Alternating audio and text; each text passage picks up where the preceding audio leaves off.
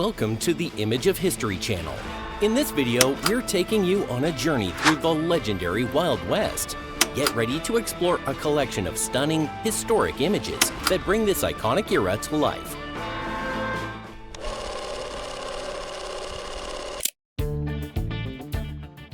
The California Gold Rush was a transformative event in American history, beginning in 1848 and peaking in the early 1850s. It drew hundreds of thousands of people from around the world to California in search of wealth, dramatically accelerating the region's population growth and economic development. The influx of prospectors, known as 49ers, led to the rapid establishment of boom towns, the expansion of infrastructure, and the displacement of Native American communities. While some struck it rich, many faced hardships, and the gold rush ultimately played a key role in California's path to statehood in 1850.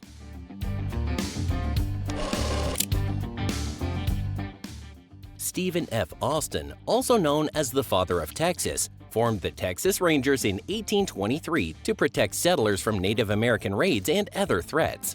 Initially a small militia, the Rangers played a crucial role in Texas history, evolving into a highly respected law enforcement agency.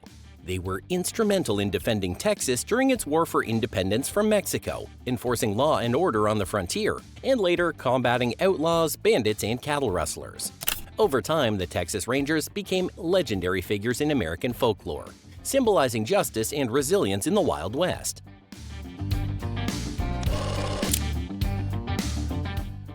On May 31, 1889, over 20 million tons of water broke through the South Fork Dam after a heavy rainfall, destroying almost everything in its path. The South Fork Dam was located above Johnstown, Pennsylvania, and the floodwaters surged into the town, killing more than 2,200 people. The disaster was one of the deadliest in U.S. history, wiping out entire neighborhoods and leaving thousands homeless.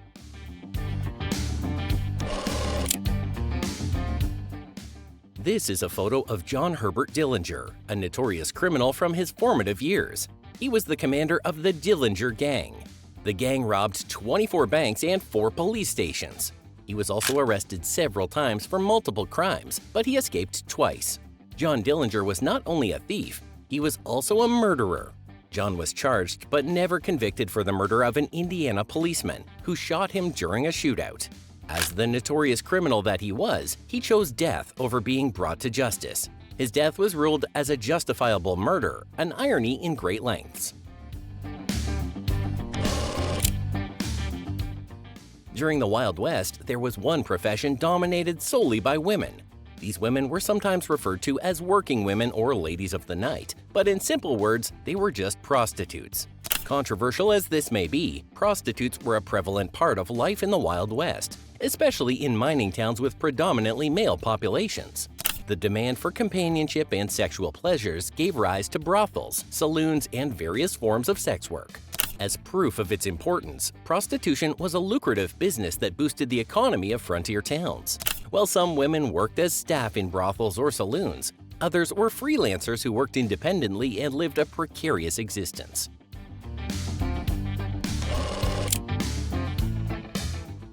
This photo shows trappers and hunters in the Four Peaks country in Browns Basin, Arizona. 2 Crabtree boys, their father, and the dogs and burros with which they hunt. Their cabin is located on Long Creek at the entrance of Hell's Hip Pocket in Browns Basin, between Four Peaks and Salt River.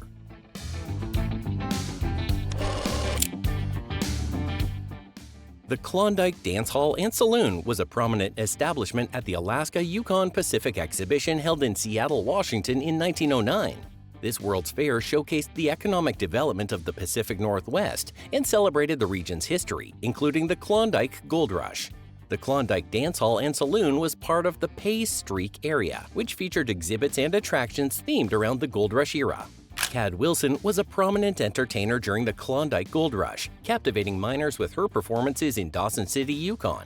Despite not being known for her singing or conventional beauty, her vibrant personality and engaging presence made her a favorite among the miners. Wilson's performances were a significant part of the social life in Dawson City, providing entertainment and a sense of community for the miners.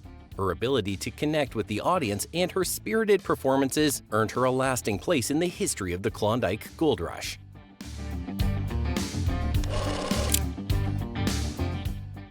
Since prostitution was a lucrative industry in the Wild West, many entrepreneurs took advantage of the boom to establish brothels in strategic locations. Due to it being a predominantly female occupation, most of the managers qualified and capable of running it successfully were women, and these women were called madams.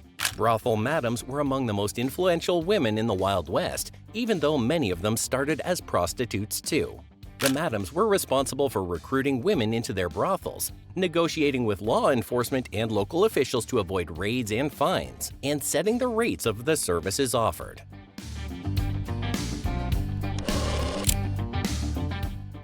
A prominent occupation during the gold rush era was the hydraulic miners.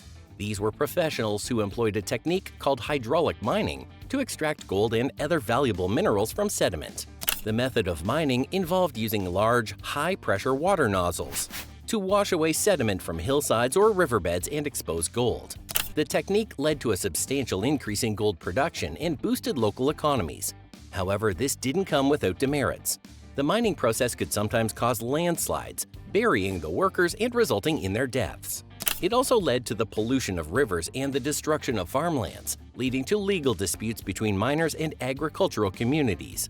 Due to the health risks and environmental hazards involved, hydraulic mining was effectively banned in California, leading to the decline of this occupation.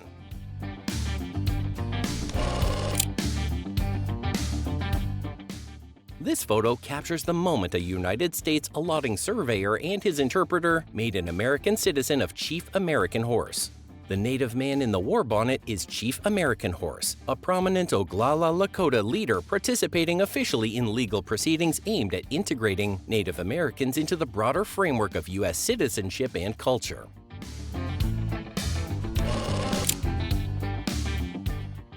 The bear dance is a traditional Native American ceremonial dance closely associated with several tribes, particularly the Ute and Shoshone people. It is typically performed during the bear's emergence from hibernation, symbolizing themes of rebirth and renewal as the people celebrate their traditions, land, and heritage.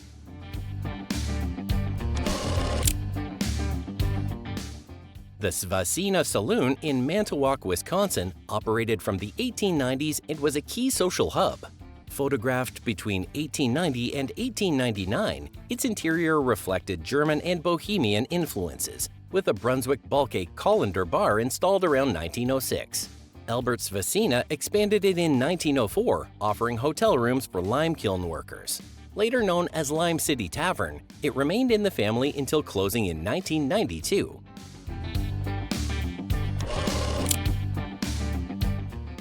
These photographs show families traveling with train wagons, reminiscent of the Oregon Trail era.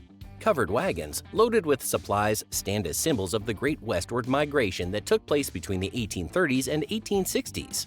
These families evoke the determination of pioneers who braved the 2,000-mile journey across rugged landscapes in search of new opportunities. The images capture the essence of frontier life, where settlers endured hardships such as harsh winter, treacherous river crossings, and the ever-present challenges of survival on the trail.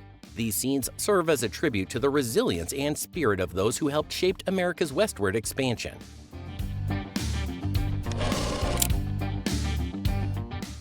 The Battle of Antietam, fought on September 17, 1862 during the American Civil War, is known as the bloodiest single-day battle in U.S. history.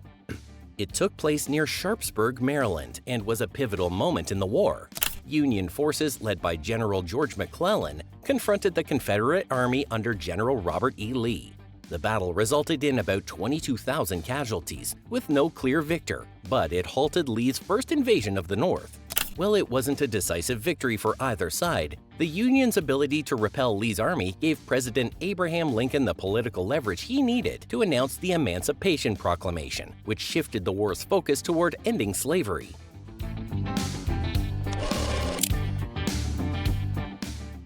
Did you know that buffaloes almost went extinct at some point in the Wild West? That was all thanks to the people known as buffalo hunters.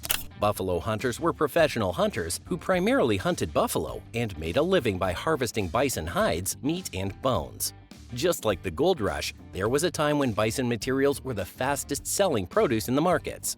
Bison hides were used to make leather, the bones were ground into fertilizer, while the meat was consumed as food. The increase in demand for these bison materials saw an increase in the number of buffalo hunters until there was almost no buffalo to hunt anymore. It's no wonder.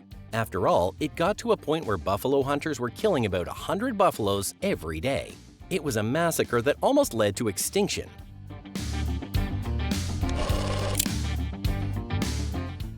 This is the last picture taken of Buffalo Bill Cody in January 1917, about 5 or 6 days before his death on January 10, 1917. William Frederick Cody, popularly known as Buffalo Bill Cody, was an iconic figure of the American Old West. He gained fame as a soldier, bison hunter, and showman, and he played a significant role in shaping the popular image of the Wild West. Cody claimed to have killed over 4,000 buffalo in an 18-month period. This, combined with his scouting and military exploits, helped solidify his reputation as a frontiersman and earned him his famous moniker. In his later years, Cody became an advocate for conservation, particularly for the buffalo, which he had once hunted extensively.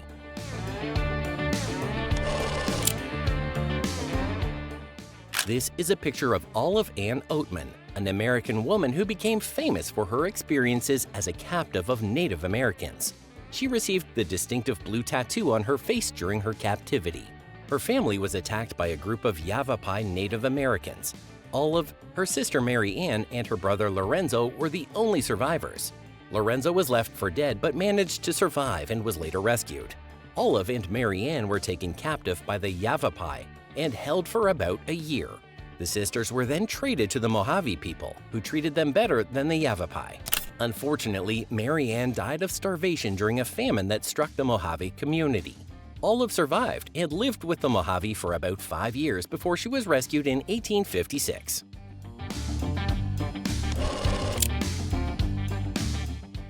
Stagecoach drivers were essential figures in the 18th and 19th centuries, guiding horse-drawn coaches across the challenging terrain on long-distance routes. They were responsible for managing teams of horses, ensuring the safety of passengers and cargo, and navigating difficult landscapes. Drivers often worked in harsh conditions, facing risks from rough weather, wild animals, and even robbers. A vital part of the transportation system before railroads took over, they symbolized resilience, adventure, and the pioneering spirit of the time. Stagecoach drivers are iconic figures of the American frontier and early European travel. Thanks for joining us on this journey through the Wild West. As these images gave you a deeper glimpse into this legendary time in history, be sure to like, comment, and subscribe for more captivating stories and photos from the past. Until next time, keep exploring the moments that shaped our world.